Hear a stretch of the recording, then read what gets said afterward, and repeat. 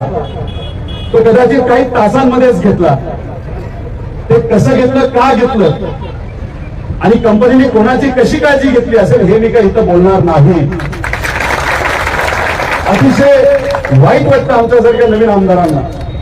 पण फक्त एकच गोष्ट सांगतो, तुमच्या बातम्या जेव्हा पेपरमध्ये आल्या, जेव्हा आमच्या वरिष्ठांपर्यंत म्हणजे आदरणीय पवार साहेबांपर्यंत ह्या जेव्हा गोष्टी गेल्या, जेव्हा बोलत असताना साहेब म्हणले त्याच्यावर कुठला ना कुठला ती तोडगा काढावा लागेल.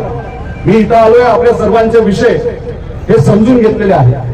आदरणीय पवार साहेबांपर्यंत हे विषय आम्ही घेऊन जाऊ, त्यांच्याशी चर्चा करू. ते गेलेले पण आहेत. त्यांनी त्यावेळेस जेव्हा मी काही महिन्यांपूर्वी त्यांना भेटलो होतो, त्यांनी थोडेसे प्रयत्न तिथे केले होते, पण त्यावेळेस यश आलं नाही. पण आता तुम्हाला एक गोष्ट सांगतो, मला असं वाटतंय की तुम्ही जो लढा आता तुमच्या हातामध्ये घेतलेला आहे त्याच्यामध्ये 100% एक अदृश्य ताकद तुमच्या पाठीमागे आहे असं तुम्ही मनामध्ये घ्यावं. आणि पुढच्या काही दिवसांमध्येच एक चांगली सकारात्मक आणि गोड बातमी ही आपल्या सर्वांना ऐकायला मिळेल अशी अपेक्षा आपण सर्वजण करूया.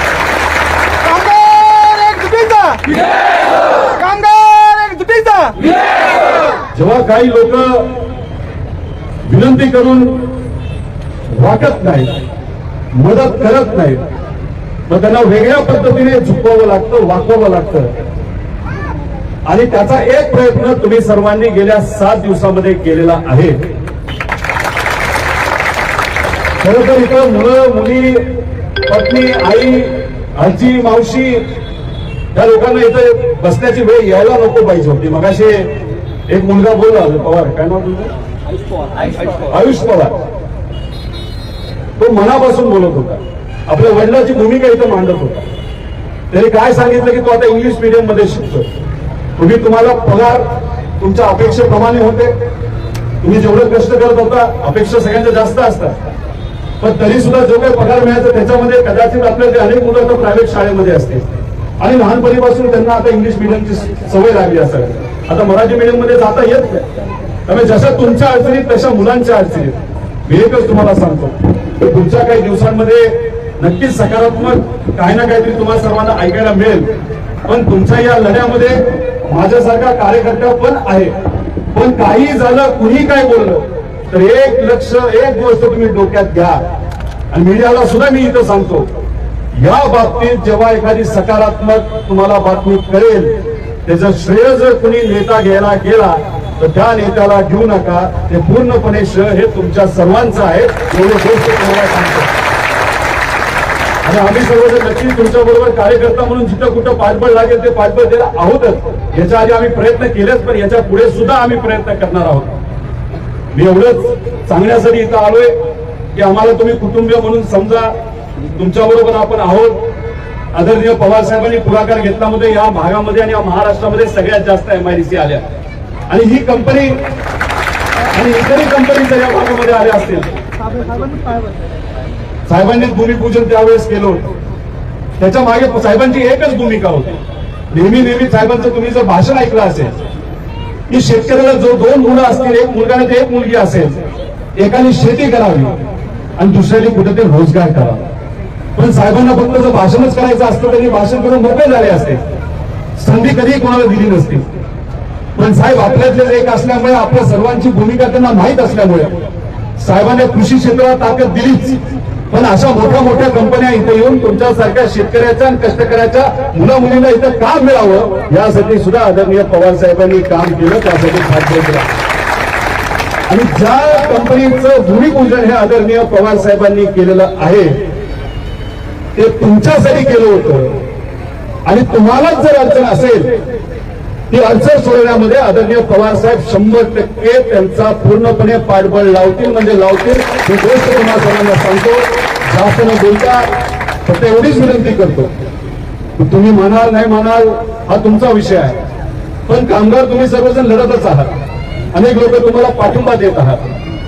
शेवटी मी विनंती एवढीच करू शकतो, आपलं जर कुटुंब आहे, मुलं आहेत, मुली आहेत, त्यांना या आंदोलनामधून जर थोडी सवलत देता आली, त्यांनी मान्य केली तर एवढीच विनंती मी इथं करेल. तो त्यांचा हक्क आहे. पण तुम्ही जो लढा हा लढलेला आहे त्याला यश आल्याशिवाय राहणार नाही, एवढंच या ठिकाणी आपल्या सर्वांना सांगतो. तुमच्या सर्व ज्या मागण्या आहेत, एक तर मागणी म्हणजे तुम्हाला इथं परत नोकरीमध्ये घ्यावं आणि गेल्या 2-3 वर्षाचा जो पगार हा प्रलंबित आहे, तुम्ही लढा लढत होता, तुमचा अन्याय झाला, तो पूर्णपणे 100% पगार हा त्या पद्धतीने दिलाच पाहिजे, एवढंच या ठिकाणी सांगतो, इच्छा व्यक्त करतो आणि तुमच्या या लढ्याला पाठिंबा देतो आणि थांबतो. जय हिंद, जय महाराष्ट्र, जय कामगार. दादा, फडणवीस साहेब सत्तेत नसताना त्यांनी कामगाराचा रोजगार वाचला पाहिजे हे पत्र दिलेलं लहान मुलं तुम्हाला एवढंच आणि सांगतो, आता ते सत्तेत असताना कामगारांचा विसर पडतोय, यावर मी काय? आमदार व्हायच्या पूर्वी देवेंद्र फडणवीस साहेबांचं भाषण अनेक वेळा मी ऐकलं होतं आणि काही प्रमाणात ते मला आश्वासक नेते म्हणून वाटत होते. पण अनेक वेळा त्यांनी जे बोलले नंतर त्याचं उलटच ते वागत गेले आणि आमदार झाल्यानंतर अधिवेशनामध्ये अनेक वेळा खोट्या पद्धतीने खोटी माहिती तिथं त्यांनी दिली. त्यामुळे त्यांच्या शब्दावर माझ्यासारख्या नवीन आमदाराला कुठेही विश्वास नाही, एवढंच या ठिकाणी सांगतो. अनेक पत्र, अनेक निर्णय जे त्यांनी ठरवले, पत्र द्यायचं म्हणून ते पत्र दिलं, पण त्या पत्रावर कधी काही झालेलं नाही. तरी ह्या गोष्टी मी स्वतः अनुभवलेल्या आहेत. या नेत्यांवर खरं मला बोलायचं नव्हतं, हे राजकीय व्यासपीठ नाही, पण ह्या नेत्यांनी काय केलं का असे ना, कुणी काय का बोले ना, पण ज्या लोकांनी तुमच्यावर अन्याय केलेला आहे 100% अधिवेशनामध्ये जिथं कुठं मला संधी मिळेल तिथं या सरकारच्या विरोधात मी लढेल.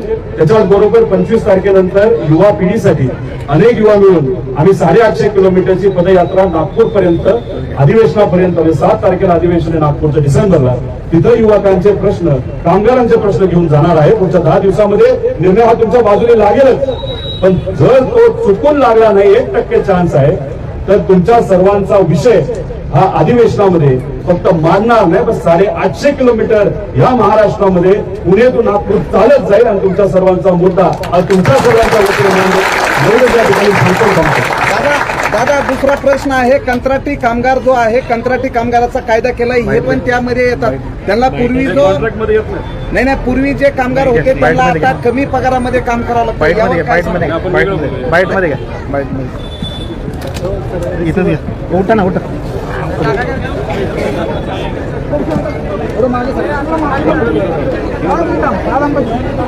या पुढे घ्या लवकर.